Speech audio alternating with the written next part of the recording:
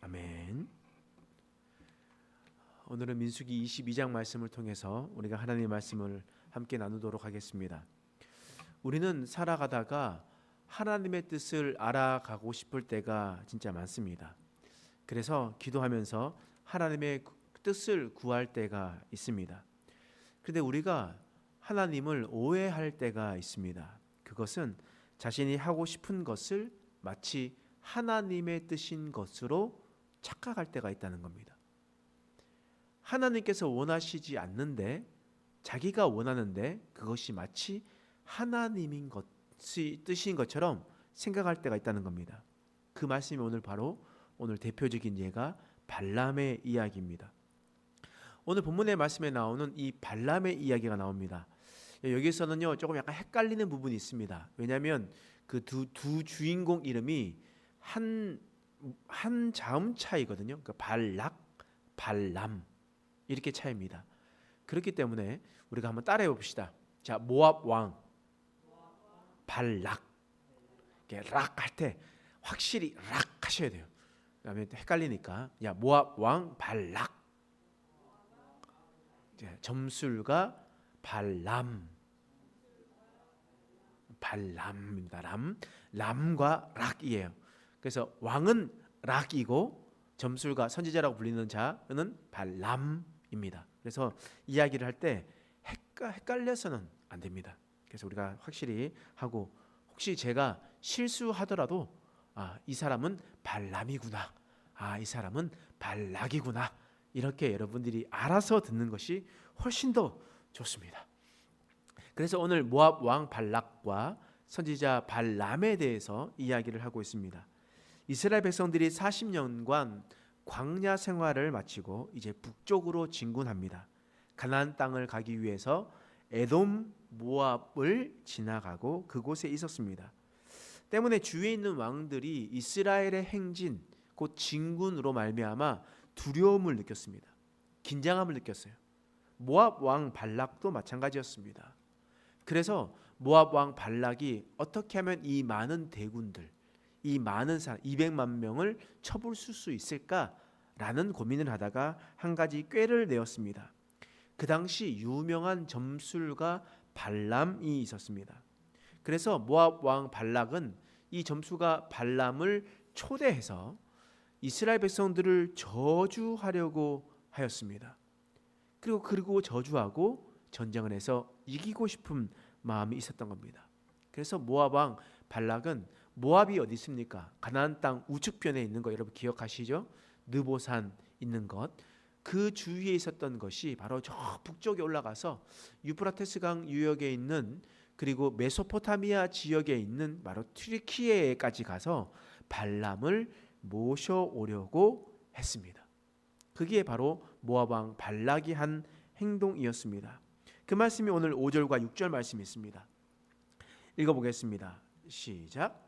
그가 사신을 부올의 아들 발람의 고향인 강가 부돌에 보내어 발람을 부르게 하여 이르되 보라, 한 민족이 애굽에서 나왔는데 그들이 지면에 덮여서 우리 맞은편에 거주하였고 우리보다 강하니 청컨대 와서 나를 위하여 이 백성을 저주하라. 내가 혹 그들을 쳐서 이겨 이 땅에서 몰아내리라. 그대가 복을 비는 자는 복을 받고 저주하는 자는 저주를 받을 줄을 내가 알미니이다. 라고 이렇게 이야기를 했습니다. 발람은 점술가였습니다. 사수를 행하는 그러한 사람이었어요. 다시 말해 발람은 하나님을 믿지 않는 사람이었습니다. 하지만 그는 그 당시 고대 근동 지역에서 아주 유명한 사람이었습니다. 때문에 그 밑에 있었던 지방에 있었던 사람, 이 모압 왕 발락이 발람에게 부탁하여 이스라엘을 저주해달라고 부탁하려고 했다는 겁니다. 근데 사실 이 당시 발람도 유명했지만 이집트에서 출애굽한 이스라엘 백성들은 사실 더 유명했습니다. 때문에 이 점술가 발람도 이스라엘 백성들에 대해서 너무나 잘 알고 있었습니다. 이스라엘 백성들이 어떻게 출애굽을 하였고 이스라엘 백성을 지키시는 여호와 하나님이 어떤 기적을 행하시는지 그 소문을 다 들고 있었기 때문이었습니다. 그래서 점술가 발람은 어떤 행동을 했냐? 오늘 발락 왕이 발람에게 찾아와서 저주해달라고 부탁했었을 때 발람은 신기하게도 차원 높은 신앙을 보여주고 있습니다. 여러분, 그것이 무엇이겠습니까? 우리가 지금까지 계속 이야기했던 것이 있는데, 큰 문제가 생기면 어떻게 해야 된다고 했습니까? 하나님 앞에 나아가서 기도하는 것이라고 이야기했습니다. 발람도 큰 문제가 생겼었을 때에 하나님께 여쭤보는 행위를 하고 있었습니다. 발람은요, 다른 신을 섬기고 있는 사람이었어요. 악한 사람이었단 말이에요. 근데 문제가 생겼을 때 하나님 앞에 여쭤보고 있습니다. 그러면 발람에게 하나님께서 무엇을 말씀하셨을까요? 민수기 22장 12절 말씀이에요. 읽겠습니다. 시작. 하나님이 발람에게 이르시되 너는 그들과 함께 가지도 말고 그 백성을 저주하지도 말라. 그들은 복을 받은 자들이니이다. 지금 하나님께서 발람에게 분명하게 응답을 해 주셨어요. 모압 왕 발락이 요청을 하더라도 그들과 함께 가지 마라. 그리고 이스라엘 백성들을 저주하지도 마라. 그들은 복을 받은 자들이다. 이렇게 말씀하셨다는 겁니다. 여호와 하나님도 악한 자, 다른 신을 섬기는 발람이 하나님께 물었을 때 하나님은 그들에게 분명하게 말씀해 주시는 겁니다. 그러면 여러분 어떻게 해야 되겠습니까? 성숙한 신앙인이라면요, 순종하는 거죠. 순종하는 겁니다. 그런데 여기에서 우리가 발람의 모습이 조금 차이가 있습니다. 여러분, 큰 문제가 생겼을 때 하나님 앞에 나와서 기도하는 자는 성숙한 자입니다. 성숙하지 않는 사람은 기도하지 않죠. 근데 조금 더 성숙하면 기도합니다. 하나님께 묻습니다. 근데 사실 그게 다가 아닙니다. 하나님께서 원하시는 것은 하나님께서 말씀하신 대로, 응답하신 대로 순종하는 것이 바로 하나님이 보시기에 합한 사람인 것을 여러분 기억하시기 바랍니다. 여러분, 어떤 사람이 상담하라고 왔습니다. 어떤 문제를, 자신이 고민하는 것들을 상담해 줍니다. 하라고 왔습니다. 그래서 그 사람의 문제를 잘 듣습니다. 잘 듣고 난 다음에 해결책도 내어줍니다. 이거는 이렇게 하셔야 됩니다. 이건 이렇게 하셔야지 잘 풀어나갈 수 있습니다. 라고 이야기합니다. 그리고 난 다음에 가장 답답한 것이 어떤 거겠습니까? 어리석은 사람은요, 아무리 좋은 방법을 제시하고 해결할 수 있는 방법을 알려줘도 그 이야기를 듣고 어떻게 행동해요? 자신이 하고 싶은 대로 행동합니다. 아무리 전문가가 이야기를 해줘도 고집이 있다는 거예요. 제가 치료를 받습니다. 치료를 받을 때 전문가 선생님이 할 때 스트레칭은 이렇게 하고 저렇게 하고 이렇게 해야 됩니다. 의사 선생님이 약은 이렇게 먹고 저렇게 먹어야 됩니다. 라고 이야기를 하면 어떻게 해야 돼요? 그것대로 해야 되는 거죠. 그런데 어리석은 사람은 어떻게 합니까? 그거 뭐 한다고 되겠냐? 내가 하고 싶은 대로, 내가 원하는 대로 하겠다. 이거 정말 어리석은 사람 아닙니까? 발람은요, 처음에는 하나님께 나아가서 기도하고 또 하나님의 뜻을 들었습니다. 그리고 처음에는 또 그 말씀에 순종하는 듯 했습니다. 13절 말씀이에요. 읽어보겠습니다. 시작. 발람이 아침에 일어나서 발락의 귀족들에게 이르되 너희는 너희의 땅으로 돌아가라. 여호와께서 내가 너희와 함께 가기를 허락하지 아니하시느니라. 훌륭한 거 아닙니까? 하나님께 나아가서 기도하고 그 응답받은 대로 발락 왕 사신들에게 이야기를 하는 겁니다. 돌아가라. 나는 떠나지 않겠다라고 이야기했습니다. 그런데요, 우리는 그 한 번으로 그치는 것이 아닙니다. 오늘 본문 말씀에 보면 모압 왕 발락 왕이 그 거절함을 듣게 되자 더 높은 고위의 간직을 보내고 더 많은 사신들을 보내고 더 많은 예물들을 보내었습니다. 더 큰 직책을 언급하고 부귀영화를 약속했습니다. 여러분, 하나님 어떠한 분입니까? 하나님은 사신들을 많이 보내고 더 많은 예물을 보내고 부귀영화를 준다고 약속하면 하나님의 뜻을 바꾸시는 분입니까? 하나님은 절대 그런 분 아니잖아요. 하나님 말씀하신 것을 지키시는 분입니다. 그 뜻을 정했다면 그 뜻대로 나가시는 분이 바로 하나님이시라는 거예요. 그런데 이 사신들이 부탁을 했었을 때 발람이 두 번째 어떤 말을 하는지 한번 보십시오. 19절 말씀이에요.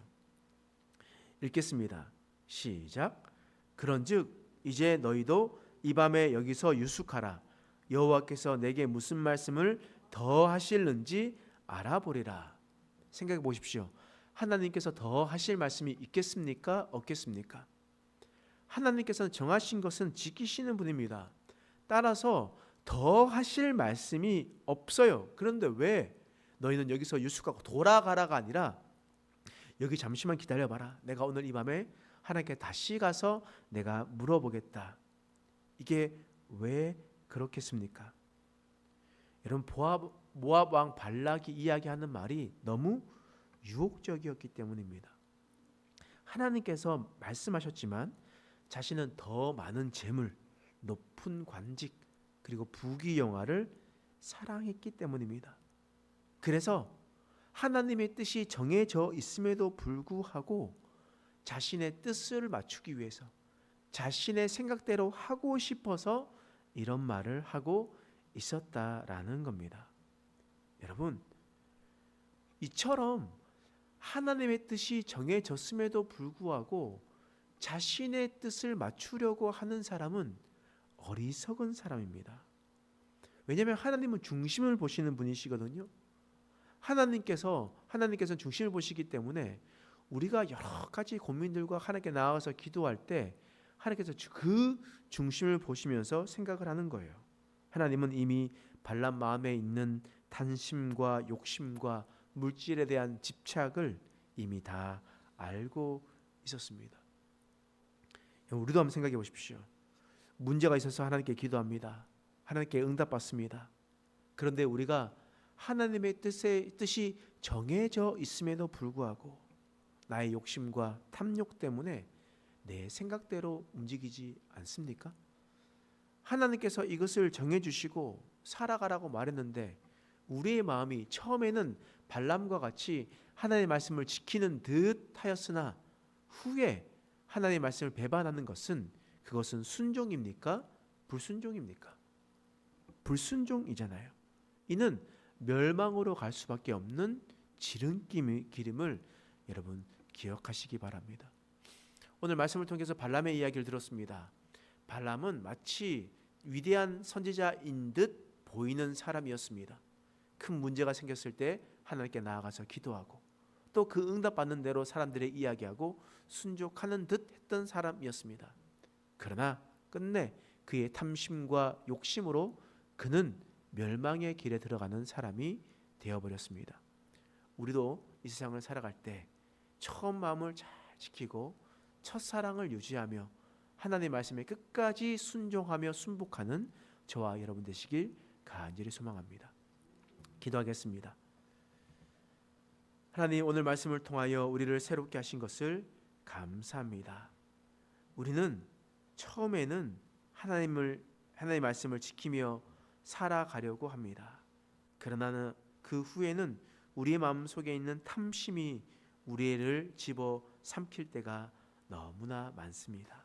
하나님, 우리를 긍휼히 여겨 주셔서 우리의 마음을 주님 나라 갈 때까지 끝까지 붙들며 살아갈 수 있는 자 되게 하여 주옵소서.